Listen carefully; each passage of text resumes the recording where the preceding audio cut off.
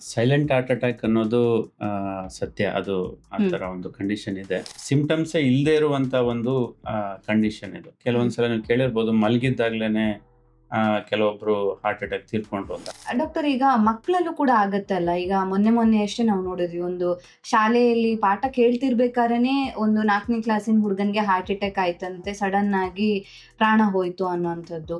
So ಮಕ್ಕಳಲ್ಲೂ ಕೂಡ symptom ಗೊತ್ತಾಗೋದಿಲ್ವಾ, ಅಥವಾ ಗೊತ್ತಿದ್ರೂ ಕೂಡ ಮಕ್ಕಳಿಗೆ ಅದು ಇದು ಹಾರ್ಟ್ ಅಟ್ಯಾಕ್ ಸಿಂಪ್ಟಮ್ ಅಂತಲೇ ಅದನ್ನ ಗ್ರಹಿಸೋದಕ್ಕೆ ಸಾಧ್ಯ ಆಗೋದಿಲ್ವಾ, ಹೇಗೆ?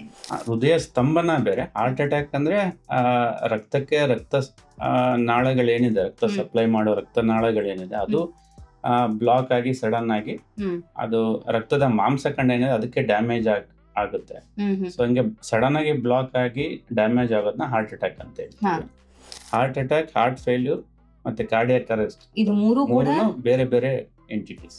ಕಾರ್ಡಿಯಾಕ್ ಅರೆಸ್ಟ್ ಅನ್ನೋದು ಒಂದು ಟರ್ಮಿನಲ್ ಇವೆಂಟ್ ಅಂತ ಹೇಳ್ತೀವಿ. ಅಂದ್ರೆ ಬೇರೆ ಏನೇ ಶರೀರದಲ್ಲಿ ತೊಂದರೆ ಆದ್ರೂ, ಈಗ ನ್ಯೂರಾಲಜಿಕಲ್ ನರದ ತೊಂದರೆ ಇದೆ, ಅದು ಶ್ವಾಸಕೋಶದ ತೊಂದರೆ ಇದೆ, ಬೇರೆ ಹಾರ್ಟ್ ಬಿಟ್ಟು ಬೇರೆ ಏನೇ ತೊಂದರೆ ಆದ್ರೂ ಕೊನೆಯದ ಆಗಿ ಆಗೋದು ಕಾರ್ಡಿಯಾಕ್ ಅರೆಸ್ಟ್. ಓಕೆ. ಅದಾಗೇನೆ ಡೆತ್ ಆಗೋದು.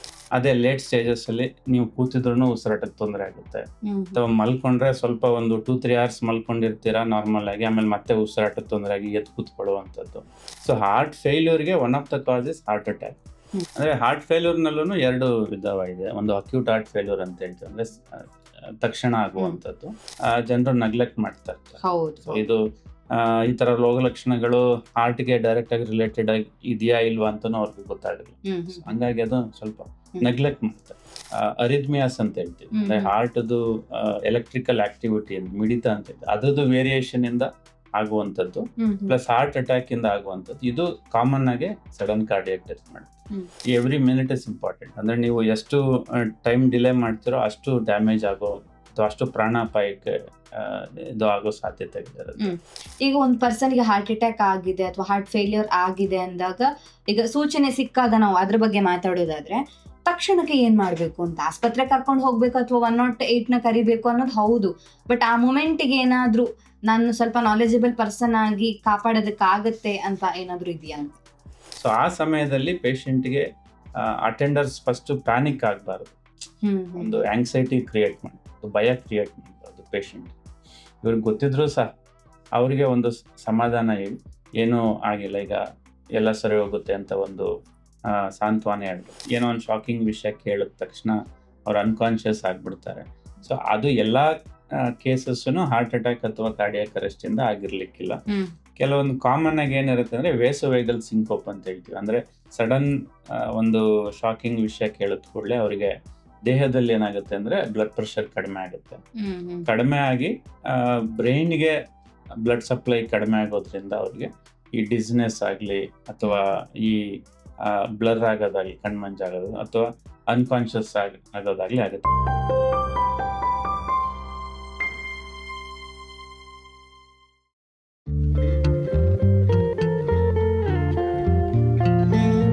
ನಮಸ್ತೆ, ನೀವು ನೋಡ್ತಾ ಇದ್ದೀರಾ ವಿಜಯ ಕರ್ನಾಟಕ. ನಾನು ರಕ್ಷಾ ಕೋಟ್ಯಾನ್. ಇತ್ತೀಚಿನ ದಿನಗಳಲ್ಲಿ ನಾವು ಹಾರ್ಟ್ ಅಟ್ಯಾಕ್ ಬಗ್ಗೆ ಅನೇಕ ಸುದ್ದಿಗಳನ್ನ ಕೇಳಿರ್ತೀವಿ. ಹಾರ್ಟ್ ಅಟ್ಯಾಕ್ ಆಗಿ ಜೀವನೇ ಕಳ್ಕೊಂಡ್ರು ಅನ್ನುವಂಥದ್ದು. ಆದ್ರೆ ನಿಜವಾಗಿಯೂ ಇದು ಹಾರ್ಟ್ ಅಟ್ಯಾಕ್ ಇಂದೇ ಆಗಿರುವಂಥದ್ದ? ಯಾಕೆಂತ ಹೇಳಿದ್ರೆ, ಹೃದಯಕ್ಕೆ ಸಂಬಂಧಿಸಿದಂತ ಸಮಸ್ಯೆ ಅಂತ ಬಂದಾಗ ಹಾರ್ಟ್ ಫೇಲ್ಯೂರ್ ಹಾಗೇನೆ ಹಾರ್ಟ್ ಅಟ್ಯಾಕ್ ಎರಡು ಕೂಡ ಇರುತ್ತೆ. ಆದ್ರೆ ಜನರಲ್ ಆಗಿ ನಾವು ಎಲ್ಲದಕ್ಕೂ ಕೂಡ ಹಾರ್ಟ್ ಅಟ್ಯಾಕ್ ಅಂತ ಕರಿತೀವಿ. ಇವೆರಡರ ಮಧ್ಯೆ ಇರುವಂತಹ ವ್ಯತ್ಯಾಸ ಏನು ಅನ್ನೋದ್ರ ಬಗ್ಗೆ ಹೆಚ್ಚಿನ ಮಾಹಿತಿಯನ್ನು ತಿಳಿಸ್ಕೊಡೋದಕ್ಕೆ ಇವತ್ತು ನಮ್ಮ ಜೊತೆ ಜಾಯ್ನ್ ಆಗಿದ್ದಾರೆ doctor Sudhakar P, consultant cardiologist, Narayana institute of cardiac science, Narayana health city, Bangalore. Doctor, ಕಾರ್ಯಕ್ರಮಕ್ಕೆ ಸ್ವಾಗತ. ಡಾಕ್ಟರ್, ಇತ್ತೀಚಿನ ದಿನಗಳಲ್ಲಿ ಹಾರ್ಟ್ಗೆ ಸಂಬಂಧಿಸಿದಂತ ಸಮಸ್ಯೆ ಹೆಚ್ಚಾಗ್ತಾನೆ ಇದೆ. ಸೊ ಇವೆರಡರಲ್ಲಿ ನೋಡೋದಾದ್ರೆ ಹಾರ್ಟ್ ಫೇಲ್ಯೂರ್ ಹಾಗೇನೆ ಹಾರ್ಟ್ ಅಟ್ಯಾಕ್ ಅನ್ನುವಂಥದ್ದು. ಸೊ ಈ ಹಾರ್ಟ್ಗೆ ಸಂಬಂಧಪಟ್ಟ ಹಾಗೆ ನಾವು ನೋಡೋದಾದ್ರೆ, ಹಾರ್ಟ್ ಅಲ್ಲಿ ಏನಾದ್ರೂ ಪ್ರಾಬ್ಲಮ್ ಆಯ್ತು ಅಂದಾಗ ನಾವು ಅಂತೀವಿ ಇದು ಸೈಲೆಂಟ್ ಕಿಲ್ಲರ್ ಅಂತ. ಅಂದ್ರೆ ಏನು ನಮ್ಗೆ ಸೂಚನೆನೇ ಸಿಗದೆ ಹಾರ್ಟ್ಗೆ ಸಂಬಂಧಿಸಿದಂತ ಸಮಸ್ಯೆ ಬರುತ್ತಾ, ಹಾರ್ಟ್ ಅಟ್ಯಾಕ್ ಆಗುತ್ತಾ ಅನ್ನುವಂಥದ್ದು. ಸೈಲೆಂಟ್ ಹಾರ್ಟ್ ಅಟ್ಯಾಕ್ ಅನ್ನೋದು ಸತ್ಯ. ಅದು ಆ ತರ ಒಂದು ಕಂಡೀಷನ್ ಇದೆ. ಅಂದ್ರೆ ಸೈಲೆಂಟ್ ಹಾರ್ಟ್ ಅಟ್ಯಾಕ್ ಅಂದ್ರೆ ನಾರ್ಮಲ್ ಹಾರ್ಟ್ ಅಟ್ಯಾಕ್ ಏನು ಗುಣಲಕ್ಷಣಗಳು ಇರುತ್ತೋ ಅದು ಈ ಒಂದು ಸೈಲೆಂಟ್ ಹಾರ್ಟ್ ಅಟ್ಯಾಕ್ ಕಂಡೀಷನ್ ಅಲ್ಲಿ ಆ ಗುಣಲಕ್ಷಣಗಳು ಇರೋದಿಲ್ಲ, ಅಷ್ಟೇ ವ್ಯತ್ಯಾಸ. ಓಕೆ. ಬಟ್ ಇದನ್ನು heart attack normal heart attack ಏನ್ ಹೇಳ್ತೀವಿ ಅದನ್ನು ಹಾರ್ಟ್ ಅಟ್ಯಾಕ್. ಸೊ ಕಾಮನ್ ಆಗಿದ್ದು ಅಂದ್ರೆ ಕೆಲವೇ ಒಂದು ಪರ್ಸೆಂಟೇಜ್ ಅಲ್ಲಿ ಆಗುವಂಥದ್ದು. ಈಗ ಓವರಾಲ್ ಹಾರ್ಟ್ ಅಟ್ಯಾಕ್ ತಗೊಂಡ್ರೆ ನೀವು silent heart attack may be 1 to 2% ಜನಗಳಲ್ಲಿ ಸೊ ಕಡಿಮೆ ಪರ್ಸೆಂಟೇಜ್ ಅಲ್ಲಿ ಆಗುತ್ತೆ. ಪರ್ಸೆಂಟೇಜ್ ಅಲ್ಲಿ ಆಗುತ್ತೆ. ಆದ್ರೆ ಸೈಲೆಂಟ್ ಹಾರ್ಟ್ ಅಟ್ಯಾಕ್ ಅಂದ್ರೆ ಒಂದು ಯಾವುದೇ ಗುಣಲಕ್ಷಣಗಳು ಇಲ್ಲದೆ ಇರ್ಬೋದು, ಅಥವಾ ಸಣ್ಣ ಪ್ರಮಾಣದ ಗುಣಲಕ್ಷಣಗಳು, ಅಂದ್ರೆ ಪೇಷಂಟ್ ಕೆಲವೊಂದ್ಸಲ ನೆಗ್ಲೆಕ್ಟ್ ಮಾಡುವಷ್ಟು ಸಣ್ಣದು ತೊಂದರೆ ಕಾಣಿಸ್ಕೊಬಹುದು. ಅದನ್ನ ಪೇಷಂಟ್ಗೆ ಏನು ತೊಂದರೆ ಇಲ್ಲದೆ ಇರೋದ್ರಿಂದ ಅವರು ಅದನ್ನ ನೆಗ್ಲೆಕ್ಟ್ ಮಾಡುವಂಥದ್ದು. ಹೌದು. ಸೊ ಕೆಲವೊಂದ್ಸತಿ ಅವ್ರಿಗೆ ಊಹೆನೂ ಇಲ್ಲದೆ ಇರ್ಬೋದು, ಹಾರ್ಟ್ ಅಟ್ಯಾಕ್ ಇದ್ದೇ ಸಿಂಪ್ಟಮ್, ಸುಮ್ನೆ ಗ್ಯಾಸ್ಟ್ರಿಕ್ ಅಂತ ಅನ್ಕೊಂಡು ನೆಗ್ಲೆಕ್ಟ್ ಮಾಡೋದು ತುಂಬಾ ಜನ ಇರ್ತಾರೆ. ಖಂಡಿತ. ಬಟ್ ಅದರಲ್ಲಿ ಸಿಂಪ್ಟಮ್ಸ್ ಇರುತ್ತೆ, ಅದನ್ನ ಅವರು ಮಿಸ್ಇಂಟರ್ಪ್ರಿಟ್ ಮಾಡೋದು ಬೇರೆ. ಸೈಲೆಂಟ್ ಹಾರ್ಟ್ ಅಟ್ಯಾಕ್ ಅಲ್ಲಿ ಸಿಂಪ್ಟಮ್ಸ್ ಇಲ್ಲದೆ ಇರುವಂತ ಒಂದು ಕಂಡೀಷನ್ ಇದು. ಕೆಲವೊಂದ್ಸಲ ನೀವು ಕೇಳಿರ್ಬೋದು, ಮಲಗಿದ್ದಾಗ್ಲೇನೆ ಕೆಲವೊಬ್ರು ಹಾರ್ಟ್ ಅಟ್ಯಾಕ್ ತೀರ್ಕೊಂಡ್ರು ಅಂತ. ಅದು ಹಾರ್ಟ್ ಅಟ್ಯಾಕ್ ಆಗಿರ್ಬೋದು ಅಥವಾ ಬೇರೆ ಕಾರಣದಿಂದ ತೀರ್ಕೊಂಡು. ಅಂದ್ರೆ ಮೆಜಾರಿಟಿ ಹೇಳೋದು ಅಂದ್ರೆ ಗುಣಲಕ್ಷಣಗಳು ಇಲ್ದೇನೆ ಕಾಣಿಸ್ಕೊಳ್ಳುವಂತ ಹಾರ್ಟ್ ಅಟ್ಯಾಕ್ ಇದು. ಸೊ ಇದು ಕೂಡ ಏನ್ ಹಾರ್ಟ್ ಅಟ್ಯಾಕ್ ವಿತ್ ಲಕ್ಷಣಗಳಿದೆ ಅಷ್ಟೇ ಇದನ್ನು ಡೇಂಜರಸ್ ಕೂಡ. ಯಾಕೆಂದ್ರೆ ಪೇಷಂಟ್ಸ್ಗೆ ಇದು ಮೊದಲನೇದಾಗಿ ಗೊತ್ತಾಗಲ್ಲ ಹಾರ್ಟ್ ಅಟ್ಯಾಕ್ ಆಗಿದೆ ಅಂತ. So patient medical attention seek ಮಾಡಲ್ಲ ಇನಿಷಿಯಲಿ, ಬಹಳ ಲೇಟ್ ಆಗಿ ಪ್ರೆಸೆಂಟ್ ಆಗುವಂಥದ್ದು ಡಾಕ್ಟರ್ಗೆ. ಅಷ್ಟೊತ್ತಿಗೆ ಆಲ್ರೆಡಿ ಟ್ರೀಟ್ಮೆಂಟ್ ಆಪ್ಷನ್ ಏನಿರುತ್ತೋ ಅದನ್ನ ಕೊಟ್ಟು ಅದನ್ನ ಗುಣಮುಖ ಮಾಡುವಷ್ಟು ಟೈಮು ಆಲ್ರೆಡಿ ಕಳೆದೋಗಿರುತ್ತೆ. ಸೊ ಇದು ಒಂದು. ಎರಡನೇದು ಕಾಮನ್ ಆಗಿ ಏಜ್ಡ್ ಪಾಪ್ಯುಲೇಷನ್ ಅಂತ, ಮೋರ್ ದೆನ್ 70-80 years, ಅಥವಾ ಲಾಂಗ್ ಸ್ಟ್ಯಾಂಡಿಂಗ್ ಡಯಾಬಿಟಿಸ್ ಅಂತೆ, ಶುಗರ್ ಕಾಯಿಲೆ ಇರೋರು ಅಂತ, ಈ ತರ ಒಂದು ಪಾಪ್ಯುಲೇಷನ್ ನಲ್ಲಿ ಕಾಮನ್ ಆಗಿ ಸೈಲೆಂಟ್ ಹಾರ್ಟ್ ಅಟ್ಯಾಕ್ ಅನ್ನೋದು ಕಂಡು ಬರುತ್ತೆ. ಕೆಲವೊಂದ್ಸಲ ಪೇಷಂಟ್ ಬಂದು ರೊಟೀನ್ ಆಗಿ ಟೆಸ್ಟ್ ಬರ್ತಾರೆ, ಆ ಟೆಸ್ಟ್ ಗಳಲ್ಲಿ ಹಾರ್ಟ್ ಅಟ್ಯಾಕ್ ಆಗಿದೆ ಅಂತ ಗೊತ್ತಾಗುತ್ತೆ.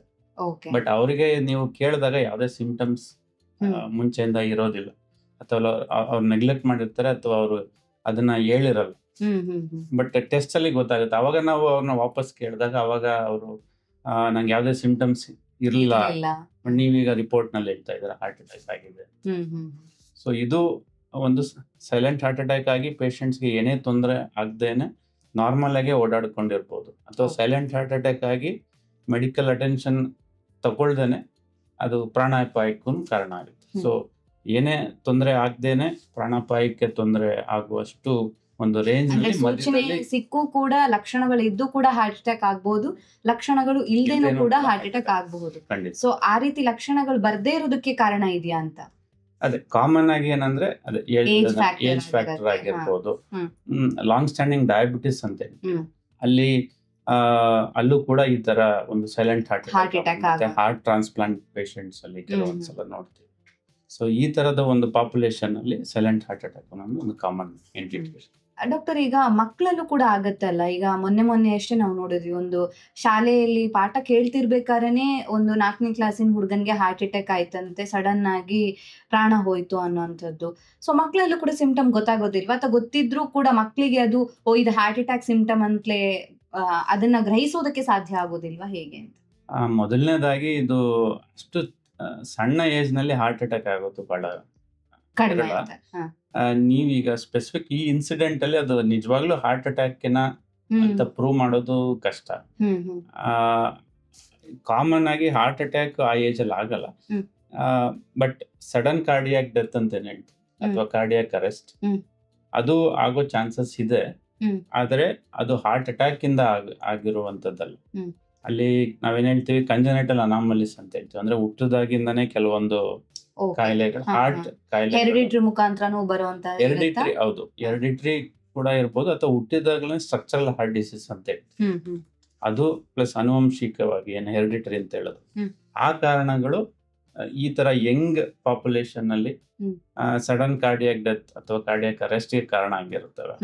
ಹಾರ್ಟ್ ಅಟ್ಯಾಕ್ ಯೂಶಲಿ ಆ ಏಜ್ ಅಲ್ಲಿ ಕಡಿಮೆ. ಬಟ್ ಕಾಮನ್ ಆಗಿ ಜನಗಳು ಒಂದು ಏನ್ ಅನ್ಕೋತಾರೆ ಅಂದ್ರೆ ಆ ಏಜ್ ಅಲ್ಲಿ ಹಾರ್ಟ್ ಪ್ರಾಬ್ಲಮ್ ಅಂದ್ರೆ ಹಾರ್ಟ್ ಅಟ್ಯಾಕ್ ಅಂತಾನೆ, ಎಲ್ಲದಕ್ಕೂ ಕೂಡ ಹಾರ್ಟ್ ಅಟ್ಯಾಕ್ ಅನ್ನೋ ಹೆಸರನ್ನೇ ಹಾಕ್ಬಿಟ್ಟಿರ್ತಾರೆ.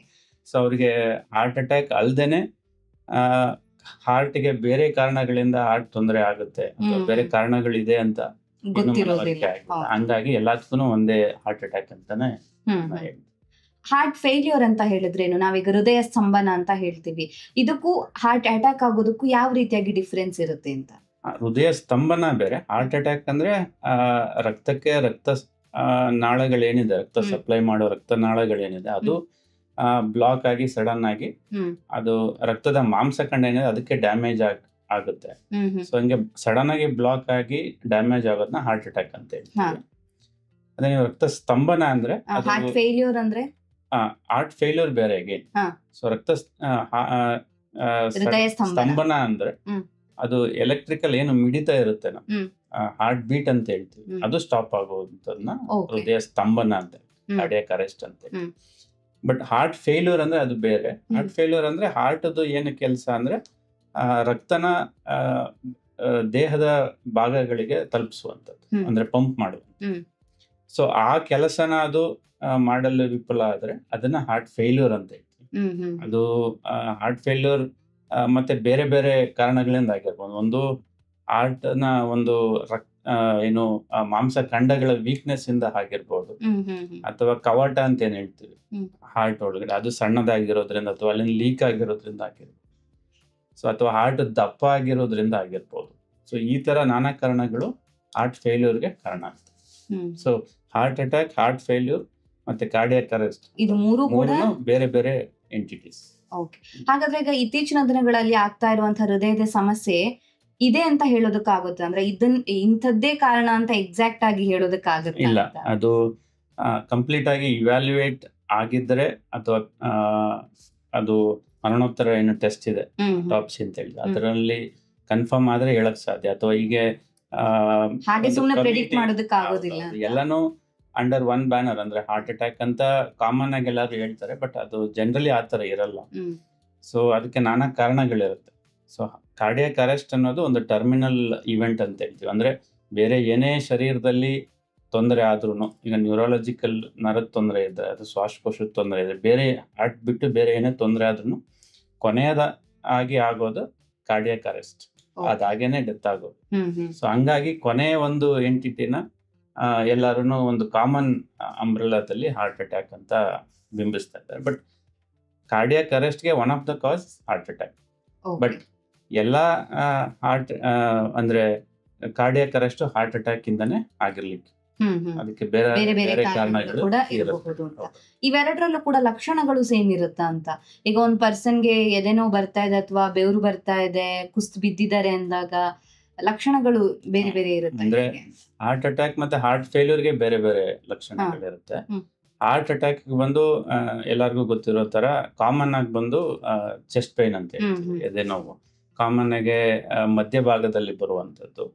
ಅದು ಎರಡು ಭುಜಗಳಿಗೆ ಅದು ರೇಡಿಯೇಟ್ ಆಗ್ಬೋದು, ಅಥವಾ ಮೇಲೆ ಜಾ ಅಥವಾ ಥ್ರೋಟ್ಗೆ ರೇಡಿಯೇಟ್ ಆಗ್ಬೋದು, ಕೆಳಗಡೆ ಹೊಟ್ಟೆ ಮೇಲ್ಭಾಗಕ್ಕೆ ರೇಡಿಯೇಟ್ ಆಗ್ಬೋದು, ಬ್ಯಾಕ್ ಸೈಡ್ಗೆ ರೇಡಿಯೇಟ್ ಆಗ್ಬೋದು. ಇದ್ರ ಜೊತೆಗೆ ಸ್ವಲ್ಪ ಬೆವರುವಂಥದ್ದು, ಮತ್ತೆ ವಾಮಿಟಿಂಗ್ ಆಗೋ ಸೆನ್ಸೇಷನ್ ಬರುತ್ತೆ, ವಾಮಿಟಿಂಗ್ ಆಗುವಂಥದ್ದು, ಮತ್ತೆ ತುಂಬಾ ಸುಸ್ತಾಗುವಂಥದ್ದು ಸಡನ್ ಆಗಿ. ಕೆಲವರಿಗೆ ಜೊತೆನಲ್ಲಿ ಉಸಿರಾಟಕ್ಕೆ ತೊಂದರೆ ಸ್ಟಾರ್ಟ್ ಆಗುವಂಥದ್ದು. ಇಲ್ಲ ಇನ್ನ ಜಾಸ್ತಿ ಪ್ರಮಾಣದಲ್ಲಿ ಆಗಿದ್ರೆ ಎಕ್ಸ್ಟ್ರೀಮ್ ಫಟೀಗ್ ಅಂತ ಹೇಳ್ತೀವಿ, ಹೆಜ್ಜೆ ನಡೆಯಕ್ಕೆ ಆಗಲ್ಲ, ಬಹಳ ಸುಸ್ತಾಗ್ತದೆ. ಮತ್ತೆ ಇನ್ನೂ ಸಿವಿಯರ್ ಇದಾಗಲ್ಲ ಸಿಂಕಪಿ ಅಂತೆ, ಅಂದ್ರೆ ಜ್ಞಾನ ತಪ್ಪಿ ಬೀಳುವಂಥದ್ದು, ಇಲ್ಲ ಸಣ್ಣದಾಗಿ ತಲೆ ಸುತ್ತು ಅಥವಾ ಡಿಸಿನೆಸ್ ಬರುವಂಥದ್ದು, ಇಲ್ಲಾಂದ್ರೆ ಕಂಪ್ಲೀಟ್ ಆಗಿ ಅನ್ಕಾನ್ಶಿಯಸ್ ಆಗುವಂಥದ್ದು. ಸೊ ಇಷ್ಟು ಲಕ್ಷಣಗಳಲ್ಲಿ ಯಾವ್ದು ಬೇಕಾದ್ರೂ ಎಲ್ಲಾ ಲಕ್ಷಣ. So from silent heart attack ಅಲ್ಲಿ ಏನು ಸಿಂಪ್ಟಮ್ಸ್ ಇಲ್ದೇನೆ, ಸೊ ಫ್ರಾಂಕ್ ಹಾರ್ಟ್ ಅಟ್ಯಾಕ್ ನಲ್ಲಿ ಇಷ್ಟು ಸಿಂಪ್ಟಮ್ಸ್ ಅಲ್ಲಿ ಯಾವ್ದಾದ್ರು ಬರ್ಬೋದು. ಇದೇ ಸಿಂಪ್ಟಮ್ ಇದೇ ಪೇಷಂಟ್ ಬರುತ್ತೆ ಅಂತ ಹೇಳೋದನ್ನು ಬರ್ಲಿಕ್ಕೆ. ಸೊ ಅದು ಒಬ್ಬೊಬ್ರು ಪೇಷಂಟ್ ಮೇಲೆ ಡಿಪೆಂಡ್ ಆಗುತ್ತೆ. ಹಾರ್ಟ್ ಫೇಲ್ಯೂರ್ ನಲ್ಲಿ ಕಾಮನ್ ಆಗಿ ಉಸಿರಾಟದ ತೊಂದರೆ ಕಾಣಿಸ್ಕೊಳ್ಳುವಂಥದ್ದು. ಅದರಲ್ಲಿ ಒಂದು ಕಾಲು ಊತ ಬರುವಂಥದ್ದು, ಕಾಲು ಬಾವು ಬರುವಂಥದ್ದು, ಎರಡು ಕಾಲು ಮುಖ ಊತ ಬರುವಂಥದ್ದು, ಉಸಿರಾಟಕ್ಕೆ ತೊಂದರೆ ಆಗುವಂಥದ್ದು. ಕೆಲವೊಂದ್ಸಲ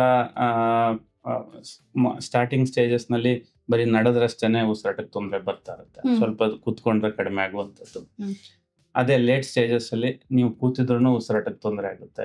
ಅಥವಾ ಮಲ್ಕೊಂಡ್ರೆ ಸ್ವಲ್ಪ ಒಂದು 2-3 ಅವರ್ಸ್ ಮಲ್ಕೊಂಡಿರ್ತೀರಾ ನಾರ್ಮಲ್ ಆಗಿ, ಆಮೇಲೆ ಮತ್ತೆ ಉಸಿರಾಟಕ್ಕೆ ತೊಂದರೆ ಆಗಿ ಎದ್ದು ಕೂತ್ಕೊಳ್ಳುವಂಥದ್ದು. ಸೊ ರಾತ್ರಿಗೂ. ಸೊ ಈ ತರ ಎಲ್ಲ ಸಿಂಪ್ಟಮ್ಸ್ ಅಡ್ವಾನ್ಸ್ ಹಾರ್ಟ್ ಸ್ಟೇಜಸ್ ನಲ್ಲಿ ಬರುತ್ತೆ. ಇದು ಹಾರ್ಟ್ ಫೇಲ್ಯೂರ್. ಮತ್ತೆ ಜೊತೆಗೆ ಅದೇ ಫಟೀಗ್ ಅಂತ ಸುಸ್ತಾಗುವಂಥದ್ದು, ಊಟ ಸರಿಯಾಗಿ ಸೇರದೇ ಇರುವಂಥದ್ದು, ಇದು ಎಲ್ಲ ಕೂಡ heart failure symptoms. So heart ಫೇಲ್ಯೂರ್ಗೆ one of the cause is heart attack. So heart attack ಆದವರಿಗೆ ಹಾರ್ಟ್ ಫೇಲ್ಯೂರ್ ಆಗುವಂತ ಚಾನ್ಸಸ್ ಜಾಸ್ತಿ ಇರುತ್ತೆ ಅಂತ. ಸೊ ಡೈರೆಕ್ಟ್ ಆಗಿ ಹಾರ್ಟ್ ಫೇಲ್ಯೂರ್ ಅಂತ ಆಗೋದಿಲ್ಲ. Direct heart failure, heart attack ಆಗದೇನು ಬೇರೆ ಕಾರಣಗಳಿಂದ ಹಾರ್ಟ್ ಫೇಲ್ಯೂರ್ ಕಾರಣಗಳು, ಹಾರ್ಟ್ ಅಟ್ಯಾಕ್ ಆಗದೆ ಇರೋ ಬೇರೆ ಕಾರಣಗಳಿಂದ ಹಾರ್ಟ್ ಫೇಲ್ಯೂರ್ ಆಗುತ್ತೆ. ಬಟ್ ಕಾಮನ್ ಆಗಿ ಹಾರ್ಟ್ ಫೇಲ್ಯೂರ್ಗೆ ಮೋಸ್ಟ್ ಕಾಮನ್ ಕಾಸ್ ಅಂತ ಹೇಳಿದ್ರೆ ಅದು ಹಾರ್ಟ್ ಅಟ್ಯಾಕ್ ಇಂದಾನೆ. ಹಾಗೆ ಹಾರ್ಟ್ದು ಏನು ಮಾಂಸಖಂಡಗಳು ವೀಕ್ ಆಗಿ ಅದರಿಂದ ಅದರ ಪಂಪಿಂಗ್ ಕೆಪಾಸಿಟಿ ಕಡಿಮೆ ಆಗಿ ಅದರಿಂದ ಈ ಹಾರ್ಟ್ ಫೇಲ್ಯೂರ್ ಆಗುತ್ತೆ. ಹಾರ್ಟ್ ಅಟ್ಯಾಕ್ ಬಿಟ್ಟು ಬೇರೆ ಕಾರಣಗಳು, ಈಗ ಒಂದು ಹೆರಿಡಿಟರಿ ಕಾರಣಗಳಿರುತ್ತೆ, ಅಂದ್ರೆ ಅನುವಂಶಿಕ ಕಾರಣಗಳು. ಅಂದ್ರೆ ಹಾರ್ಟ್ ಮಸಲ್ ತನಗ್ ತಾನೇ ವೀಕ್ ಆಗ್ತಾ ಇರುತ್ತೆ, ಜೆನೆಟಿಕ್ ರಿಲೇಟೆಡ್. ಇಲ್ಲ ಹಾರ್ಟ್ ಮಸಲ್ ದಪ್ಪ ಆಗಿರುತ್ತೆ, ಹೈಪರ್ಟ್ರೋಫಿಕ್ ಕಾರ್ಡಿಯೋಮಯೋಪತಿ ಅಂತ. ಅದರಲ್ಲೂ ಕೂಡ ಹಾರ್ಟ್ ಫೇಲ್ಯೂರ್ ಸಿಂಪ್ಟಮ್ಸ್. ಅದಲ್ದೇನೆ ಮತ್ತೆ ಅವಾಗ್ಲೇ ಹೇಳ್ದೆ ನಿಮ್ಗೆ ಕವಟಗಳ ತೊಂದರೆಯಿಂದ ಹಾರ್ಟ್ ಫೇಲ್ಯೂರ್ ಆಗೋದು, ಕವಟಗಳು ನ್ಯಾರೋ ಅಂದ್ರೆ ಸಣ್ಣದಾಗಿರುವಂಥದ್ದು, ಅಥವಾ ಕವಟಗಳು ಲೀಕೇಜ್ ಆಗುವಂಥದ್ದು. ಸೊ ಆ ಕಾರಣಗಳಿಂದಲೂ ಹಾರ್ಟ್ ಫೇಲ್ಯೂರ್ ಆಗೋ ಚಾನ್ಸಸ್ ಇರುತ್ತೆ ಅಂತ. ಸೊ ಕಾರಣಗಳು ಕೂಡ ಬೇರೆ ಬೇರೆ ಇರುತ್ತೆ, ಲಕ್ಷಣಗಳು ಕೂಡ ಬೇರೆ ಬೇರೆ ಇರುತ್ತೆ ಅಂತ. ಈಗ ಕೈಕಾಲು ಊತ ಬರುತ್ತೆ ಅಂತ ಹೇಳಿದ್ರಿ ಹಾರ್ಟ್ ಫೇಲ್ಯೂರ್ ಅಲ್ಲಿ. ಸೊ ಅದು ಅವಾಗಿಂದ ಅವಾಗೆ ಆಗುವಂಥದ್ದು, ಅಥವಾ ಈಗ ಬೆಳಗ್ಗೆ ಹೊತ್ತು ಕೈಕಾಲು ಊತ ಆದ್ರೆ ಸಂಜೆ ಹೊತ್ತು ಹಾರ್ಟ್ ಫೇಲ್ಯೂರ್ ಆಗುತ್ತೆ ಅಂದ್ರೆ ಸ್ವಲ್ಪ ಹೊತ್ತಿಗೆ ಮುಂಚೆನೆ ಸೂಚನೆ ಸಿಕ್ಕಿರುತ್ತೆ ನಮ್ಗೆ ಅಂತ? ಖಂಡಿತ ಸಿಕ್ಕಿರುತ್ತೆ. ಅಂದ್ರೆ ಹಾರ್ಟ್ ಫೇಲ್ಯೂರ್ ನಲ್ಲೂ 2 ವಿಧವಾಗಿದೆ. ಒಂದು ಅಕ್ಯೂಟ್ ಹಾರ್ಟ್ ಫೇಲ್ಯೂರ್ ಅಂತ ಹೇಳ್ತೀವಿ, ಅಂದ್ರೆ ತಕ್ಷಣ ಆಗುವಂಥದ್ದು. ತಕ್ಷಣ ಅಂದ್ರೆ in matter of minutes to hours ಅಲ್ಲ, ನಿಮಿಷ ಅಥವಾ ಗಂಟೆಗಳಲ್ಲಿ ಆಗುತ್ತೆ. ಕ್ರಾನಿಕ್ ಹಾರ್ಟ್ ಫೇಲ್ಯೂರ್ ಅಂತ ಹೇಳ್ತೀವಿ. ಇದು ಅಕ್ಯೂಟ್ ಹಾರ್ಟ್ ಫೇಲ್ಯೂರ್, ಅದು ಹಂಗೆ ಪ್ರೋಗ್ರೆಸ್ ಆದ್ರೆ ಬಹಳ ತಿಂಗಳುಗಳ ಸಮಯದಲ್ಲಿದೆ chronic heart failure. So acute heart failure ಅಂತ ಒಂದು ಕಂಡೀಷನ್ ಅಲ್ಲಿ ಅದು ಸಡನ್ ಆಗಿ ಆಗುತ್ತೆ, ಅಂದ್ರೆ matter of minutes to hours, 2 days. So for example, ಈಗ ಒಬ್ಬರಿಗೆ ಹಾರ್ಟ್ ಅಟ್ಯಾಕ್ ಆಗಿದೆ, ಅವ್ರು ಅದಕ್ಕೆ ಟ್ರೀಟ್ಮೆಂಟ್ ತಗೊಂಡಿಲ್ಲ ಅಥವಾ ಟ್ರೀಟ್ಮೆಂಟ್ ಅವ್ರಿಗೆ ಸಫಲವಾಗಿಲ್ಲ ಅಂತ ಟೈಮ್ನಲ್ಲಿ ಹಾರ್ಟ್ ವೀಕ್ ಆದಾಗ ಅವರಿಗೆ ಅದೇ ಈ ಲಕ್ಷಣಗಳು ಸ್ಟಾರ್ಟ್ ಆಗಿ ಉಸಿರಾಟದ ತೊಂದರೆ ಆಗೋದು, ಹಾರ್ಟ್ ಪಂಪಿಂಗ್ ಕಡಿಮೆ ಆಗಿ, ಸೊ ಕಾಲೂತ ಬರುವಂಥದ್ದು, ಇದೆಲ್ಲ ಸಿಂಪ್ಟಮ್ಸ್ ಅಕ್ಯೂಟ್ ಹಾರ್ಟ್ ಫೇಲ್ಯೂರ್ ಇರುತ್ತೆ. ಕ್ರಾನಿಕ್ ಹಾರ್ಟ್ ಫೇಲ್ಯೂರ್ ಅಲ್ಲಿ matter of weeks two months ಅಲ್ಲಿ ನಿಮ್ಗೆ ರೋಗ ಲಕ್ಷಣಗಳು ಗೊತ್ತಾಗುತ್ತೆ. ಅಂದ್ರೆ ಅಷ್ಟು ಟೈಮ್ ಸಿಕ್ಕಿರುತ್ತೆ, ಆದ್ರೆ ಅಷ್ಟು ಟೈಮ್ ಅಲ್ಲೂ ಕೂಡ ಅವ್ರಿಗೆ ಗೊತ್ತೇ ಆಗಿಲ್ಲ ಸೂಚನೆ, ಇದು ನಂಗೆ ಹಾರ್ಟ್ ಪ್ರಾಬ್ಲಮ್ ಇದ್ದೇ ಈ ತರ ಆಗ್ತಾ ಇದೆ ಅಂತ ಗೊತ್ತಾಗಿಲ್ಲ ಅಂದ್ರೆ ಅದು ಒಂದ್ ರೀತಿಯಲ್ಲಿ ಅವ್ರದ್ದು ನತದೃಷ್ಟ ಅಂತಲೇ ಹೇಳ್ಬೋದು. ಅದು ಏನಾಗುತ್ತೆ ಅಂದ್ರೆ ಈ ಕಾಲು ಊತ ಬರುವಂತದ್ದು, ಉಸಿರಾಟ ತೊಂದರೆ ಕಾಣಿಸ್ಕೊಳ್ಳುವಂಥದ್ದು ಬರೀ ಹಾರ್ಟ್ ಫೇಲ್ಯೂರ್ ಇಂದಾನೇ ಈ ಒಂದು ರೋಗ ಲಕ್ಷಣ ಬರೋದಿಲ್ಲ. ಈಗ ಫಾರ್ ಎಕ್ಸಾಂಪಲ್ ಕಿಡ್ನಿ ಸಮಸ್ಯೆ ಬರುತ್ತೆ, ರಕ್ತ ಕಡಿಮೆ ಇದ್ದವ್ರಿಗೂ ಬರುತ್ತೆ. So liver problem advance stages ಅಲ್ಲೂ ಕೆಲವೊಬ್ಬರಿಗೆ ಈ ತರ ಕಾಣಿಸ್ಕೊಳ್ಳುತ್ತೆ. ಸೊ ಹಿಂಗಾಗಿ ಆ ರೋಗ ಲಕ್ಷಣಕ್ಕೆ ಬೇರೆ ಬೇರೆ ಕಾರಣಗಳಿರ್ಬಹುದು. ಅದರಲ್ಲಿ ಒಂದು ಹಾರ್ಟ್ ಪ್ರಾಬ್ಲಮ್, ಹಾರ್ಟ್ ಫೇಲ್ಯೂರ್ ತೊಂದರೆ ಕೂಡ. ಹಂಗಾಗಿ ಕೆಲವೊಂದ್ಸಲ ಜನರು ನೆಗ್ಲೆಕ್ಟ್ ಮಾಡ್ತಾ ಇರ್ತಾರೆ. ಇದು ಈ ತರ ರೋಗ ಲಕ್ಷಣಗಳು ಹಾರ್ಟ್ಗೆ ಡೈರೆಕ್ಟ್ ಆಗಿ ರಿಲೇಟೆಡ್ ಆಗಿ ಇದೆಯಾ ಇಲ್ವಾ ಅಂತಾನು ಅವ್ರಿಗೆ ಗೊತ್ತಾಗಲ್ಲ. ಹಂಗಾಗಿ ಅದು ಸ್ವಲ್ಪ ನೆಗ್ಲೆಕ್ಟ್ ಮಾಡ್ತಾರೆ. ಹಾಗಿದ್ರೆ ಡಾಕ್ಟರ್, ಈಗ ಸಡನ್ ಡೆತ್ ಆಗುವಂತದ್ದು ಹಾರ್ಟ್ ಫೇಲ್ಯೂರ್ ಇಂದನಾ, ಹಾರ್ಟ್ ಅಟ್ಯಾಕ್ ಇಂದ ಅಲ್ವಾ? ಇಲ್ಲ, ಸಡನ್ ಕಾರ್ಡಿಯಾಕ್ ಡೆತ್ ಅನ್ನೋದು ಬೇರೆ ಎಂಟಿಟಿ. ಅದರಲ್ಲಿ ಅದು ಕಾರ್ಡಿಯಾಕ್ ಅರೆಸ್ಟ್ ಆಗಿರುತ್ತೆ. ಕಾರ್ಡಿಯಾಕ್ ಅರೆಸ್ಟ್ ಆಗಿ ಡೆತ್ ಆಗೋದು ಸಡನ್ ಕಾರ್ಡಿಯಾಕ್ ಅರೆಸ್ಟ್ ಅಂತ ಹೇಳ್ತೀವಿ. ಸೊ ಆಸ್ಪತ್ರೆಗೆ ಹೋಗೋಷ್ಟು ಟೈಮ್ ಇರೋದಿಲ್ಲ, ಮಧ್ಯದಾರಿಲೇ ತೀರ್ಕೊಂಡ್ಬಿಟ್ರು ಅಂತ ಹೇಳ್ತೀವಿ ನಾವು. ಸೊ ಇದಕ್ಕೆ ಸಡನ್ ಕಾರ್ಡಿಯಾಕ್ ಡೆತ್ಗೆ common cause is heart attack. So ಅದಕ್ಕೆ ಹಾರ್ಟ್ ಫೇಲ್ಯೂರ್ ಕಾರಣ, ಆದ್ರೆ ಅದು ಹಾರ್ಟ್ ಅಟ್ಯಾಕ್ ಮತ್ತೆ ಬೇರೆ ಈಗ ಅರಿಥ್ಮಿಯಾಸ್ ಅಂತ ಹೇಳ್ತೀವಿ, ಅಂದ್ರೆ ಹಾರ್ಟ್ದು ಎಲೆಕ್ಟ್ರಿಕಲ್ ಆಕ್ಟಿವಿಟಿ ಮಿಡಿತ ಅಂತ ಹೇಳಿ ಅದ್ರದ್ದು ವೇರಿಯೇಷನ್ ಇಂದ ಆಗುವಂಥದ್ದು ಪ್ಲಸ್ ಹಾರ್ಟ್ ಅಟ್ಯಾಕ್ ಇಂದ ಆಗುವಂಥದ್ದು, ಇದು ಕಾಮನ್ ಆಗಿ ಸಡನ್ ಕಾರ್ಡಿಯಾಕ್ ಡೆತ್ ಮಾಡುತ್ತೆ. ಅದೇ ಹಾರ್ಟ್ ಫೇಲ್ಯೂರ್ ಕೂಡ ಮಾಡುತ್ತೆ, ಬಟ್ ಹಾರ್ಟ್ ಫೇಲ್ಯೂರ್ ಡೈರೆಕ್ಟ್ ಆಗಿ ಸಡನ್ ಕಾರ್ಡಿಯಾಕ್ ಡೆತ್ಗೆ ಕಾರಣ ಆಗಿರಲ್ಲ. ಅದ್ರಲ್ಲೂ ಈ ಅರಿಥ್ಮಿಯಾಸ್ ಅಂತ ಏನ್ ಹೇಳ್ತೀವಿ, ಅದು ಹಾರ್ಟ್ ಫೇಲ್ಯೂರ್ ಪೇಷಂಟ್ಸ್ ನಲ್ಲಿ ಆದ್ರೆ ಅದು ಸಡನ್ ಕಾರ್ಡಿಯಾಕ್ ಡೆತ್ ಆಗುತ್ತೆ. ಸೊ ಈ ಬ್ಲಾಕೇಜಸ್ ಆಗಿದೆ ಹಾರ್ಟ್ ಅಲ್ಲಿ ಅನ್ನೋದು ಹಾರ್ಟ್ ಅಟ್ಯಾಕ್ ಇಂದ ಖಂಡಿತ ಆಗಿರೋ ಹೌದು. ಓಕೆ. ಇವೆರಡರಲ್ಲಿ ಡೇಂಜರಸ್ ಇದ್ರ ಸ್ವಲ್ಪ ಸೇಫ್ ಅಂತ ಹೇಳೋದಕ್ಕಾಗುತ್ತಾ? ಎರಡು ಡೇಂಜರಸ್. ಹ್ಮ್. ಅದರಲ್ಲಿ ಎರಡು ಕಂಪೇರ್ ಮಾಡಿದ್ರೆ ಹಾರ್ಟ್ ಅಟ್ಯಾಕ್ ಸ್ವಲ್ಪ ಡೇಂಜರ್, ಯಾಕೆಂದ್ರೆ ಅದು ನಿಮ್ಗೆ ಟೈಮ್ ಜಾಸ್ತಿ ಇರೋದಿಲ್ಲ ಹಾರ್ಟ್ ಅಟ್ಯಾಕ್ ಹಾರ್ಟ್ ಅಟ್ಯಾಕ್ ನಲ್ಲಿ. ಹ್ಮ್. ಸೊ ಅದರಲ್ಲಿ ಎವ್ರಿ ಮಿನಿಟ್ ಇಸ್ ಇಂಪಾರ್ಟೆಂಟ್. ಅಂದ್ರೆ ನೀವು ಎಷ್ಟು ಟೈಮ್ ಡಿಲೇ ಮಾಡ್ತಿರೋ ಅಷ್ಟು ಡ್ಯಾಮೇಜ್ ಆಗೋ ಅಥವಾ ಅಷ್ಟು ಪ್ರಾಣಾಪಾಯಕ್ಕೆ ಇದು ಆಗೋ ಸಾಧ್ಯತೆಗಳಿರುತ್ತೆ. Hmm. So heart failure heart failure ನಲ್ಲಿ ಅಕ್ಯೂಟ್ ಹಾರ್ಟ್ ಫೇಲ್ಯೂರ್ ಅಂತ ಏನ್ ಹೇಳಿದೆ ಎಂಟಿಟಿ, ಅದು ಸ್ವಲ್ಪ ಡೇಂಜರಸ್. ಸೊ ನೀವು ಅದರಲ್ಲೂ ಟೈಮ್ ಬಹಳ ಇಂಪಾರ್ಟೆಂಟ್. ಕ್ರಾನಿಕ್ ಆದ್ರೆ ಸ್ವಲ್ಪ ಹಾರ್ಟ್ಗೆ ನಿಮ್ಗೆ ಟೈಮ್ ಸಿಗುತ್ತೆ. ಸೊ ನೀವು ಹಾಸ್ಪಿಟ್ಲ್ಗೆ ಹೋಗಿ ಅದ ಎವ್ಯಾಲ್ಯೂಯೇಟ್ ಮಾಡಿಸಿ ಟ್ರೀಟ್ಮೆಂಟ್ ತಗೊಂಡು ಮ್ಯಾನೇಜ್ ಮಾಡ್ಬೋದು. ಈ ಅಕ್ಯೂಟ್ ಹಾರ್ಟ್ ಫೇಲ್ಯೂರ್ ನಲ್ಲೂ ಎವ್ರಿ ಮಿನಿಟ್ ಇಸ್ ಇಂಪಾರ್ಟೆಂಟ್. ಅಂದ್ರೆ ಆಗ್ಲೂ ಪೇಷಂಟ್ಗೆ ಪ್ರಾಣಾಪಾಯ ಇರುತ್ತೆ. ಸೊ ನೀವು ಜಲ್ದಿ ಹಾಸ್ಪಿಟ್ಲಿಗೆ ಅಥವಾ ಡಾಕ್ಟರ್ಗೆ ತೋರಿಸಿ ಅದಕ್ಕೆ ಟ್ರೀಟ್ಮೆಂಟ್ ತಗೊಳ್ಳುವಂಥದ್ದು ಸೊ ಬೆಸ್ಟ್. ಎರಡು ಕಂಪೇರ್ ಮಾಡಿದ್ರೆ ಹಾರ್ಟ್ ಅಟ್ಯಾಕ್ ಅಲ್ಲಿ ನಿಮ್ ಟೈಮ್ ಬಹಳ ಕಡಿಮೆ ಸಿಗುತ್ತೆ. ಓಕೆ. ಈಗ ಒಂದು ಪರ್ಸನ್ಗೆ ಹಾರ್ಟ್ ಅಟ್ಯಾಕ್ ಆಗಿದೆ ಅಥವಾ ಹಾರ್ಟ್ ಫೇಲ್ಯೂರ್ ಆಗಿದೆ ಅಂದಾಗ ಈಗ ಸೂಚನೆ ಸಿಕ್ಕಾಗ ನಾವು ಅದ್ರ ಬಗ್ಗೆ ಮಾತಾಡೋದಾದ್ರೆ ತಕ್ಷಣಕ್ಕೆ ಏನ್ ಮಾಡ್ಬೇಕು ಅಂತ, ಆಸ್ಪತ್ರೆ ಕರ್ಕೊಂಡು ಹೋಗ್ಬೇಕು ಅಥವಾ 108ನ ಕರಿಬೇಕು ಅನ್ನೋದು ಹೌದು. ಬಟ್ ಆ ಮೂಮೆಂಟಿಗೆ ಏನಾದ್ರೂ ನಾನು ಸ್ವಲ್ಪ ನಾಲೆಜಬಲ್ ಪರ್ಸನ್ ಆಗಿ ಕಾಪಾಡೋದಕ್ಕಾಗತ್ತೆ ಅಂತ ಏನಾದ್ರೂ ಇದೆಯಾ ಅಂತ? ಅಂದ್ರೆ ಹಾರ್ಟ್ ಅಟ್ಯಾಕ್ ಆದಾಗ ತಕ್ಷಣದಲ್ಲಿ ಅಂದ್ರೆ ಈಗ ರೋಗಿ ಮನೆಯಲ್ಲಿ ಏನ್ ಮಾಡ್ಬೋದು ಅಂದ್ರೆ, ಫಸ್ಟ್ ಆಫ್ ಆಲ್ ಅದು ಹಾರ್ಟ್ ಅಟ್ಯಾಕ್ ಆಗಿದೆಯಾ ಇಲ್ವಾ ಅನ್ನೋದು ಮೊದಲನೇ ಕ್ವಶನ್. ಯಾಕಂದ್ರೆ ಎಲ್ಲಾ ನಾವು ಹಾರ್ಟ್ ಅಟ್ಯಾಕ್ ಇಂದ ಆಗಿರ್ಲಿಕ್ಕಿಲ್ಲ. ಅದು ನೀವು ಹಾರ್ಟ್ ಅಟ್ಯಾಕ್ ಆಗಿದೆ ಅಂತ ಕಂಡುಹಿಡಿಲಿಕ್ಕೇನೆ ಒಂದು ECG ಮಾಡ್ಬೇಕಾಗುತ್ತೆ ಮಿನಿಮಮ್.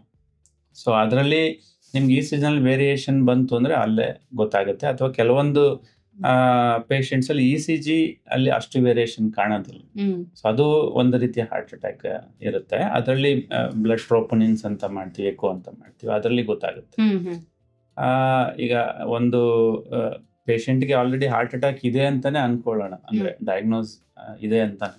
ಸೊ ಆ ಸಮಯದಲ್ಲಿ ಪೇಷಂಟ್ಗೆ ಅಟೆಂಡರ್ಸ್ ಫಸ್ಟ್ ಪ್ಯಾನಿಕ್ ಆಗಬಾರ್ದು, ಒಂದು ಆಂಗ್ಸೈಟಿ ಕ್ರಿಯೇಟ್ ಮಾಡಬಾರ್ದು, ಭಯ ಕ್ರಿಯೇಟ್ ಮಾಡಬಾರ್ದು ಪೇಷಂಟ್.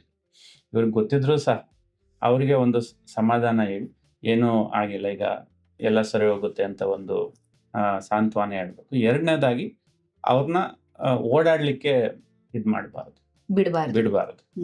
ಸೊ ಅವರು ನಿಮ್ಮ ಮನೆಯಿಂದ ಹೊರಗಡೆ ಕರ್ಕೊಂಬರಕ್ಕಾಗ್ಲಿ ಅಥವಾ ಅಲ್ಲೇ ಮನೆ ಒಳಗಡೆ ಓಡಾಡಕ್ಕಾಗ್ಲಿ ಅವ್ರಿಗೆ ಹೇಳ್ಬಾರ್ದು. ಅವರು ಬೆಡ್ ರೆಸ್ಟ್ ಅಂತ ಹೇಳ್ತೀವಿ, ಅಲ್ಲೇ ಇರ್ಬೇಕು. ನೀವು ಕರ್ಕೊಂಡು ಹೋಗ್ಬೇಕಂದ್ರೆ ಇಲ್ಲ ವೀಲ್ ಚೇರ್ ಅಥವಾ ಎತ್ಕೊಂಡು ಹೋಗ್ಬೇಕಾಗುತ್ತೆ. ಸೊ ಮೂರನೇದಾಗಿ ಕೆಲವೊಂದು ಟ್ಯಾಬ್ಲೆಟ್ಸ್ ಇರುತ್ತೆ, ಅದು ಬಟ್ ಅಲ್ಲಿ ಮನೆಯಲ್ಲಿ ಆ ಟೈಮಲ್ಲಿ ಅವೈಲೇಬಲ್ ಇರಲ್ಲ. ಅದು ಫಸ್ಟ್ ಏಡ್ ತರ ಹಾರ್ಟ್ ಅಟ್ಯಾಕ್ ಇರೋರಿಗೆ ಆಸ್ಪತ್ರೆಯಲ್ಲಿ ಮೊದಲು ಕೊಡೋದೇ ಟ್ಯಾಬ್ಲೆಟ್ಸ್ ಕೊಡ್ತೀವಿ. ಒಂದು ಆಸ್ಪಿರಿನ್ ಆಗಿರ್ಬೋದು ಅಂತ ಟ್ಯಾಬ್ಲೆಟ್, ಇದನ್ನೆಲ್ಲ ಬ್ಲಡ್ ಥಿನ್ನರ್ಸ್ ಅಂತ, ಸೊ ಕ್ಲೋಪಿಡೋಗ್ರಲ್, ಸ್ಟ್ಯಾಟಿನ್ಸ್ ಅಂತ ಟ್ಯಾಬ್ಲೆಟ್ಸ್ ಇದೆ. ಅದು ಹಾರ್ಟ್ ಅಟ್ಯಾಕ್ ಡಯಾಗ್ನೋಸ್ ಆದ ಕೂಡಲೇ ಫಸ್ಟ್ ನಾವು ಅದನ್ನ ಕೊಡ್ಬೇಕಾಗುತ್ತೆ.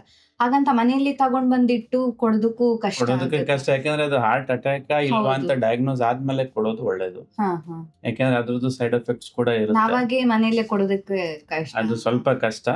ಬಟ್ ಒಂದ್ ಹೋಗಿ ಇನ್ನೊಂದ್ ಆಗೋದು ಅದು, ಯಾಕಂದ್ರೆ ಅದ್ರ ಕೆಲವೊಂದು ಸೈಡ್ ಎಫೆಕ್ಟ್ಸ್ ಇರೋದ್ರಿಂದ ಜನರಲಿ ಒಂದು ECG ಮಾಡಿ, ಅಂದ್ರೆ ನೀವು ಹತ್ರದ ಸಮೀಪದ ಯಾವುದೇ ಒಂದು ಸೆಂಟರ್ ನಲ್ಲಿ ಕೂಡ ECG ಮಾಡಿ ಅದ್ರಲ್ಲಿ ವೇರಿಯೇಷನ್ ಬಂದ್ರೆ ಅದನ್ನ ಡಾಕ್ಟರ್ ಡೈರೆಕ್ಟ್ ಆಗಿ ನಿಮ್ಗೆ ಪ್ರಿಸ್ಕ್ರೈಬ್ ಮಾಡ್ತಾರೆ. ಸೊ ಫಸ್ಟ್ ಮಾಡ್ಬೇಕಾಗಿರೋದು ಹಾಸ್ಪಿಟಲ್ ಕರ್ಕೊಂಡು ಹೋಗಿ ಇಮಿಡಿಯೇಟ್ ಆಗಿ ಹಾಸ್ಪಿಟಲ್ ಹೋಗಿ ಒಂದು ECG ಮಾಡಿ ಒಂದು ಡಾಕ್ಟರ್ಗೆ ತೋರಿಸಿ ಅದು ECG ನ ಏನಾದ್ರು ವೇರಿಯೇಷನ್ ಇದೆ ಅಂತ ಚೆಕ್ ಮಾಡ್ಬೇಕು. ECG ನಲ್ಲಿ ಮೇಜರ್ ವೇರಿಯೇಷನ್ ಇಲ್ಲ ಅಂದ್ರೆ ಅವಾಗ ಫರ್ದರ್ ಟೆಸ್ಟಿಂಗ್ ಅಥವಾ ಇದು ಮಾಡಿ ನೋಡ್ಬೇಕು.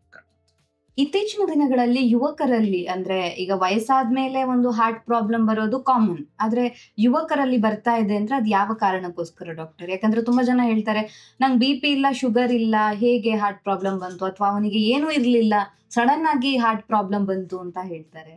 ಯಾವ ಕಾರಣ? ಇತ್ತೀಚಿನ ದಿನಗಳಲ್ಲಿ ಯುವಕರಲ್ಲಿ ಹಾರ್ಟ್ ಅಟ್ಯಾಕ್ ಪ್ರಮಾಣ ಸ್ವಲ್ಪ ಜಾಸ್ತಿನೇ ಕಾಣಿಸ್ಕೊಳ್ತಿದೆ. ಕಾರಣಗಳು ಬಂದು ಈಗ ನೀವೇ ಹೇಳ್ತಾರ ಯಾವುದೇ ರಿಸ್ಕ್ ಫ್ಯಾಕ್ಟರ್ಸ್ ಇಲ್ಲ ಅಂತ ಅವರು ಹೇಳ್ತಾರೆ. ಬಟ್ ಏನಾಗ್ತಿದೆ ಅಂದ್ರೆ ಆ ರಿಸ್ಕ್ ಫ್ಯಾಕ್ಟರ್ಸ್ ಕೆಲವೊಬ್ರು ಗೊತ್ತಿರಲ್ಲ, ಅವ್ರಿಗೆ ಇದೆ ಗೊತ್ತಿರಲ್ಲ. ಯಾಕೆಂದ್ರೆ ಕಾಮನ್ ರಿಸ್ಕ್ ಫ್ಯಾಕ್ಟರ್ಸ್ ಹೇಳೋದಾದ್ರೆ ಈಗ ರಕ್ತದೊತ್ತಡ, ಶುಗರ್, ಮಧುಮೇಹ ಇರ್ಬಹುದು, ಕೊಲೆಸ್ಟ್ರಾಲ್ ಜಾಸ್ತಿ ಆಗಿರುವಂತದ್ದು. ಸೊ ಇವು ಕಾಮನ್ ಏನು ರಿಸ್ಕ್ ಫ್ಯಾಕ್ಟರ್ಸ್ ಇರುತ್ತೆ ಅದು ಅವರು ಚೆಕ್ ಮಾಡಿಸ್ಕೊಂಡಿರಲ್ಲ. ಯಾವಾಗ ಹಾರ್ಟ್ ಅಟ್ಯಾಕ್ ಆಗಿ ಅಡ್ಮಿಟ್ ಆಗ್ತಾರೋ ಅವಾಗ ಚೆಕ್ ಮಾಡಿದಾಗ ಅಬ್ನಾರ್ಮಲ್ ಬಂದಿರುತ್ತೆ. ಅವಾಗ ನೀವು ಅವ್ರನ್ನ ಕ್ರಾಸ್ ಚೆಕ್ ಮಾಡಿ ಕೇಳಿದಾಗ ಇದೇನು ಇದೆಯಾ ನಿಮ್ಗೆ ಅಂತೇಳಿ ಅವರು ಟೆಸ್ಟ್ ಮಾಡಿಸಿಲ್ಲ ಅಂತಾನೋ ಇಲ್ಲ ನಮ್ಗಿಲ್ಲ ಅಂತಾನೋ ಹೇಳ್ತಾರೆ. ಬಟ್ ಆಲ್ರೆಡಿ ತೊಂದರೆ ಅಂದ್ರೆ ರಿಸ್ಕ್ ಫ್ಯಾಕ್ಟರ್ಸ್ ಇರುತ್ತೆ. ಅಂದ್ರೆ ಯಾವುದೇ ತೊಂದರೆ ಇಲ್ಲದೆ ಯಾವುದೇ ರಿಸ್ಕ್ ಫ್ಯಾಕ್ಟರ್ ಇಲ್ಲದೆ ಸಡನ್ ಆಗಿ ಬರಲ್ಲ ಅಂತನಾ? ಅಂದ್ರೆ ಬಹಳ ರೇರ್ ಪಾಸಿಬಿಲಿಟಿ. ಕಾಮನ್ ಆಗಿ ರಿಸ್ಕ್ ಫ್ಯಾಕ್ಟರ್ಸ್ ಇಂದ ಹಾರ್ಟ್ ಅಟ್ಯಾಕ್ ಆಗೋದು ಕಾಮನ್. ಸೊ ಕೆಲವು ಅಂದ್ರೆ ಕಾಮನ್ ರಿಸ್ಕ್ ಫ್ಯಾಕ್ಟರ್ಸ್, ಕೆಲವೊಂದು ಅನ್ಕಾಮನ್ ರಿಸ್ಕ್ ಫ್ಯಾಕ್ಟರ್ಸ್ ಅಂತ ಹೇಳ್ತೀವಿ. ಅಂದ್ರೆ ಈಗ ಅನುವಂಶಿಕತೆಯಿಂದ ಜೆನೆಟಿಕಲಿ ಬರುವಂತದ್ದು. ಸೊ ಅದು ಒಂದು ರಿಸ್ಕ್ ಫ್ಯಾಕ್ಟರ್ಸ್ ಇರುತ್ತೆ. ಅಥವಾ ಈಗ ಸ್ಟ್ರೆಸ್ ಇಂದ ಆಗಿರ್ಬೋದು, ಯಾವುದೇ ಕಾರಣದಿಂದ ಆಗಿರ್ಬೋದು, ಅಥವಾ ಸ್ಮೋಕಿಂಗ್ ರಿಲೇಟೆಡ್, ಯಂಗ್ ಪಾಪ್ಯುಲೇಷನ್ ಅಲ್ಲಿ ರಿಕ್ರಿಯೇಷನಲ್ ಡ್ರಗ್ ಅಬ್ಯೂಸ್ ಅಂತ ಹೇಳ್ತೀವಿ, ಅಂದ್ರೆ ಈ ಮಾದಕ ವಸ್ತು ಸೇವನೆ ಮಾಡೋದ್ರಿಂದ. ಸೊ ಇದು ಮತ್ತೆ ಓವರ್ ವೇಟ್, ಒಬೇಸಿಟಿ ಅಂತ ಹೇಳ್ತೀವಿ, ಅಂದ್ರೆ ಲ್ಯಾಕ್ ಆಫ್ ಎಕ್ಸರ್ಸೈಸ್, ಅಂದ್ರೆ ನೀವು ದೈಹಿಕವಾಗಿ ಆಕ್ಟಿವ್ ಇಲ್ಲ ಅಂದ್ರೂ ಕೂಡ ಇವೆಲ್ಲ ರಿಸ್ಕ್ ಫ್ಯಾಕ್ಟರ್ಸ್ ಇರುತ್ತೆ. ಸೊ ಹಂಗಾಗಿ ಈಗಿನ ಒಂದು ಏನು ಯಂಗ್ ಪಾಪ್ಯುಲೇಷನ್ ಅಲ್ಲಿ ಈವನ್ ಡಯಾಬಿಟಿಸ್ ಅಥವಾ ಹೈಪರ್ ಟೆನ್ಷನ್ ಇನ್ಸಿಡೆನ್ಸ್ ಕೂಡ ಜಾಸ್ತಿ ಆಗ್ತದೆ. So proportionately heart related issues ಕೂಡ ಜಾಸ್ತಿ ಆಗ್ತದೆ. ಸೊ ಯಾವಾಗ ಈ ರಿಸ್ಕ್ ಫ್ಯಾಕ್ಟರ್ಸ್ ಜಾಸ್ತಿ ಆಗುತ್ತೋ ಆಟೋಮ್ಯಾಟಿಕಲಿ ಹಾರ್ಟ್ ಅಟ್ಯಾಕ್ ರಿಸ್ಕ್ ಕೂಡ ಜಾಸ್ತಿ ಆಗ್ತದೆ. ಹಾಗಾದ್ರೆ ಈಗ ಅವರಲ್ಲಿ BP ಅಥವಾ ಶುಗರ್ ಏನಾದ್ರೂ ಇರಬಹುದಾದ್ರೆ ಗೊತ್ತಿರೋದಿಲ್ಲ ಅವರಿಗೆ, ಗೊತ್ತಿರೋದಿಲ್ಲ, ಅಥವಾ ಬೇರೆ ಏನಾದ್ರೂ ಹೆಲ್ತ್ ಇಶ್ಯೂಸ್ ಇರಬಹುದು, ಗೊತ್ತಿರೋದಿಲ್ಲ. ಹೌದು, ಓಕೆ ಓಕೆ, ಕಾಮನ್. ಡಾಕ್ಟರ್, ಈಗ ಕೆಲವರಿಗೆ ಶಾಕಿಂಗ್ ವಿಷಯ ಗೊತ್ತಾದಾಗ ಹಾರ್ಟ್ ಅಟ್ಯಾಕ್ ಆಯ್ತಂತ ಅಥವಾ ಹಾರ್ಟ್ ಪ್ರಾಬ್ಲಮ್ ಆಯ್ತು ಅಂತ ಯೂಶಲಿ ನಾವು ಮೂವೀಸ್ ಅಲ್ಲೆಲ್ಲ ಇಂಥ ಸೀನ್ಗಳನ್ನ ಹಿಂದಿನ ಕಾಲದಲ್ಲಿ ಆ ಒಂದು ಸೀನ್ಗಳನ್ನ ಹೆಚ್ಚಾಗಿನ ನೋಡಿರ್ತೀವಿ. ಸಡನ್ ಆಗಿ ಸ್ವಲ್ಪ ಏಜ್ ಆಗಿರೋರ್ಗೆ ಏನಾದ್ರೂ ಶಾಕಿಂಗ್ ವಿಷಯ ಗೊತ್ತಾಯ್ತು ಅಂದ್ರೆ ಸಡನ್ ಆಗಿ ಕುಸ್ತು ಬೀಳ್ತಾರೆ ಅಂತ. ನಿಜವಾಗಿಯೂ ಹೌದಾ? ಸೈಂಟಿಫಿಕ್ ರೀಸನ್ ಏನಾದ್ರೂ ಇದೆಯಾ? ಹೌದು, ಇದು ಪಾರ್ಟ್ಲಿ ಕರೆಕ್ಟ್. ಅಂದ್ರೆ ಕೆಲವೊಂದು ಪಾಪ್ಯುಲೇಷನ್ ನಲ್ಲಿ ಆ ತರ ಶಾಕಿಂಗ್ ಅಥವಾ ಸಡನ್ ಸ್ಟ್ರೆಸ್ ಆದ್ರೆ ಹಾರ್ಟ್ ಅಟ್ಯಾಕು ಆಗೋ ಚಾನ್ಸಸ್ ಇದೆ. ಮತ್ತೆ ಒಂದು ಏನು ಅರಿದ್ಮಿಯಾ ಅಂತ ಹೇಳ್ತೀವಿ, ಹಾರ್ಟ್ ಬೀಟ್ ವೇರಿಯೇಷನ್ ಆಗಿ ಕಾರ್ಡಿಯಾಕ್ ಅರೆಸ್ಟ್ ಆಗೋ ಚಾನ್ಸಸ್ ಇದೆ. ಬಟ್ ಎಲ್ಲ ಈಗ ಏನೋ ಒಂದು ಶಾಕಿಂಗ್ ವಿಷಯ ಕೇಳಿದ ತಕ್ಷಣ ಅವ್ರು ಅನ್ಕಾನ್ಶಿಯಸ್ ಆಗ್ಬಿಡ್ತಾರೆ. ಸೊ ಅದು ಎಲ್ಲಾ ಕೇಸಸ್ನು ಹಾರ್ಟ್ ಅಟ್ಯಾಕ್ ಅಥವಾ ಕಾರ್ಡಿಯಾಕ್ ಅರೆಸ್ಟ್ ಇಂದ ಆಗಿರ್ಲಿಕ್ಕಿಲ್ಲ. ಕೆಲವೊಂದು ಕಾಮನ್ ಆಗಿ ಏನಿರುತ್ತೆ ಅಂದ್ರೆ ವೇಸೋವೇಗಲ್ ಸಿಂಕೋಪ್ ಅಂತ ಹೇಳ್ತೀವಿ. ಅಂದ್ರೆ ಸಡನ್ ಒಂದು ಶಾಕಿಂಗ್ ವಿಷಯ ಕೇಳಿದ ಕೂಡಲೇ ಅವರಿಗೆ ದೇಹದಲ್ಲಿ ಏನಾಗುತ್ತೆ ಅಂದ್ರೆ ಬ್ಲಡ್ ಪ್ರೆಷರ್ ಕಡಿಮೆ ಆಗುತ್ತೆ. ಕಡಿಮೆ ಆಗಿ ಬ್ರೈನ್ಗೆ ಬ್ಲಡ್ ಸಪ್ಲೈ ಕಡಿಮೆ ಆಗೋದ್ರಿಂದ ಅವ್ರಿಗೆ ಈ ಡಿಸ್ನೆಸ್ ಆಗ್ಲಿ ಅಥವಾ ಈ ಬ್ಲರ್ ಆಗೋದಾಗ್ಲಿ, ಕಣ್ಮಂಜಾಗೋದು ಅಥವಾ ಅನ್ಕಾನ್ಶಿಯಸ್ ಆಗೋದಾಗ್ಲಿ ಆಗುತ್ತೆ. ಇದನ್ನ ವೇಸೋವೇಗಲ್ ಅಂತ ಕರಿತೀವಿ, ಸಿಂಕಪಿ ಅಂತ. ಸೊ ಇದು ಕಾಮನ್ ಆಕ್ಚುಲಿ. ಬಟ್ ಆಗಿನ ಟೈಮ್ ನಲ್ಲೇ ಡೆತ್ ಆಗಿದೆ ಅಂದ್ರೆ ಯೂಶಲಿ ಅದು ಕಾರ್ಡಿಯಾಕ್ ಅರೆಸ್ಟ್ ಅಂತ ಹೇಳ್ತೀವಿ. ಸೊ ಅದು ಹಾರ್ಟ್ ಅಟ್ಯಾಕ್ ಇಂದನೂ ಆಗಿರ್ಬೋದು ಅಥವಾ ಹಾರ್ಟ್ ಅಟ್ಯಾಕ್ ಇಲ್ದೇನೆ ಇದು ಅರಿದ್ಮಿಯಾಸ್ ಇಂದನೂ ಕೂಡ ಆಗಿರ್ಬೋದು. ಹಾರ್ಟ್ ಅಟ್ಯಾಕ್ ಯೂಶಲಿ ಆ ಸಿಚುವೇಶನ್ ಹೇಗಾಗುತ್ತೆ ಅಂದ್ರೆ ರಕ್ತನಾಳದ ಒಳಗಡೆ ಒಂದು ಕೊಲೆಸ್ಟ್ರಾಲ್ ಏನು ಒಂದು ಡೆಪಾಸಿಷನ್ ಆಗುತ್ತೆ, ಪ್ಲಾಕ್ ಅನ್ನತ್ತೆ, ಅದು ರಪ್ಚರ್ ಆಗುತ್ತೆ. ಸೊ ಸ್ಟ್ರೆಸ್, ಅಕ್ಯೂಟ್ ಸ್ಟ್ರೆಸ್ ಇಂದ ಅದು ರಪ್ಚರ್ ಆಗುತ್ತೆ. ಅಲ್ಲಿ ಆ ಜಾಗದಲ್ಲಿ ರಕ್ತ ಎಪ್ಪುಗಟ್ಟಿ within a matter of seconds, minutes ಅಲ್ಲಿ. ಸೊ ಅವಾಗ ಹಾರ್ಟ್ ಅಟ್ಯಾಕ್ ಆಗಿ ಹಾರ್ಟ್ ಅಟ್ಯಾಕ್ ಆಗುತ್ತೆ. ಅದರಿಂದನೂ ಕೂಡ ಹೃದಯದ ಒಂದು ಏನು ಎಲೆಕ್ಟ್ರಿಕಲ್ ಆಕ್ಟಿವಿಟಿ ಅಂತ ಹೇಳ್ತೀವಿ ಅದರಲ್ಲಿ ಏರುಪೇರಾಗಿ ಅರಿದ್ಮಿಯಾಸ್ ಆಗಿ ಡೆತ್ ಆಗುತ್ತೆ. ಅದು ಸಡನ್ ಕಾರ್ಡಿಯಾಕ್. ಅದು ಒಂದು ಸಣ್ಣ ಪ್ರಮಾಣದಲ್ಲಿ ಅದನ್ನು ಆಗುತ್ತೆ.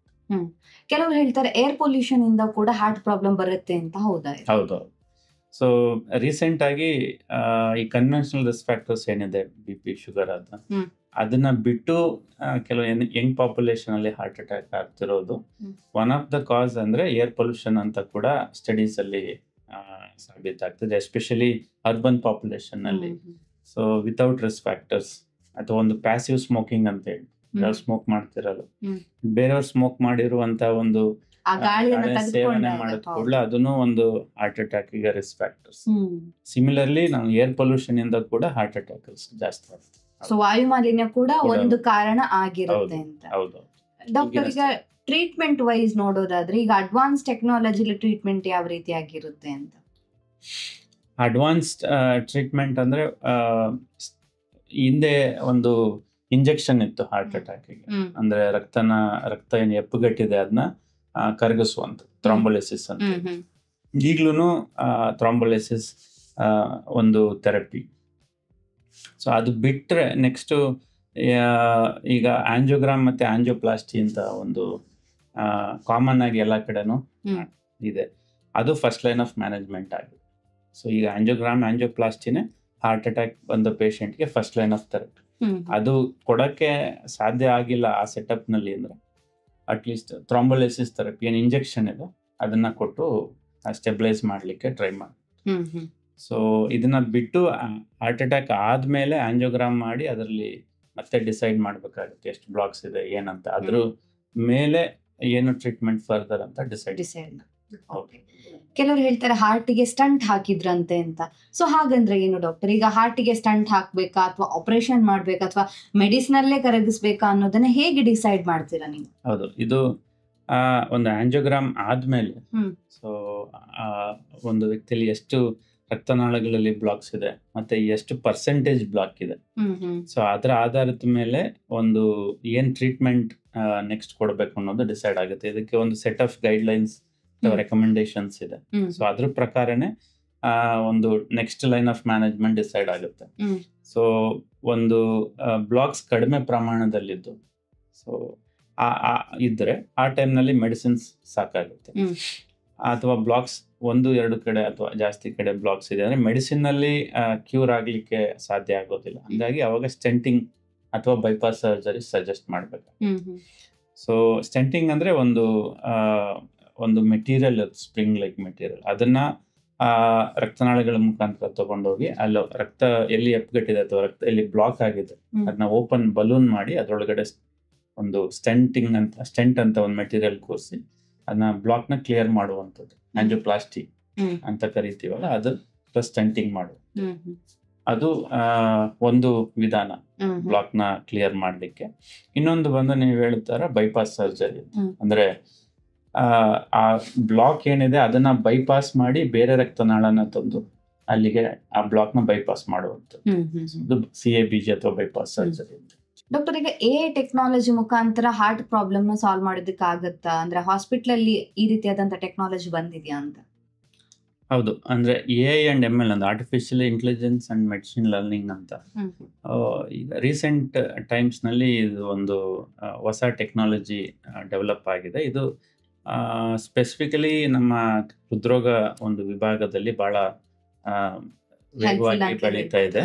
ಸೊ ಇದ್ರದ್ದು ಉಪಯೋಗ ಬಂದು ಇನ್ನ ಸ್ಟಾರ್ಟಿಂಗ್ ಫ್ರಮ್ ಒಂದು ಡಯಾಗ್ನೋಸ್ ಮಾಡುವಂತ ಸ್ಟೆಪ್ಸ್ ಇಂದ ಹಿಡಿದು, ಅಂದ್ರೆ ECG ತೆಗೆದು ECG ನ ಇಂಟರ್ಪ್ರಿಟ್ ಮಾಡುವಂತ ಒಂದು ಸ್ಟೆಪ್ಸ್ ಅಲ್ಲಿ, ಅಂದ್ರೆ ವಿತೌಟ್ ಡಾಕ್ಟರ್ ECG ನ ಒಂದು ಮಷಿನ್ಗೆ ಹಾಕಿ ಅದು ಇಂಟರ್ಪ್ರಿಟ್ ಮಾಡುತ್ತಾ ಇದೆ, ಈ ECG ನಲ್ಲಿ ಈ ತರ ಹಾರ್ಟ್ ಪ್ರಾಬ್ಲಮ್ ಇದೆ ಇಲ್ಲ ಅಂತ ಒಂದು ಇಂಟರ್ಪ್ರಿಟೇಷನ್ ಫೈನಲ್ ರಿಸಲ್ಟ್ ಕೊಡೋ ತರ ಟ್ರೈನ್ ಆಗ್ತಿದೆ.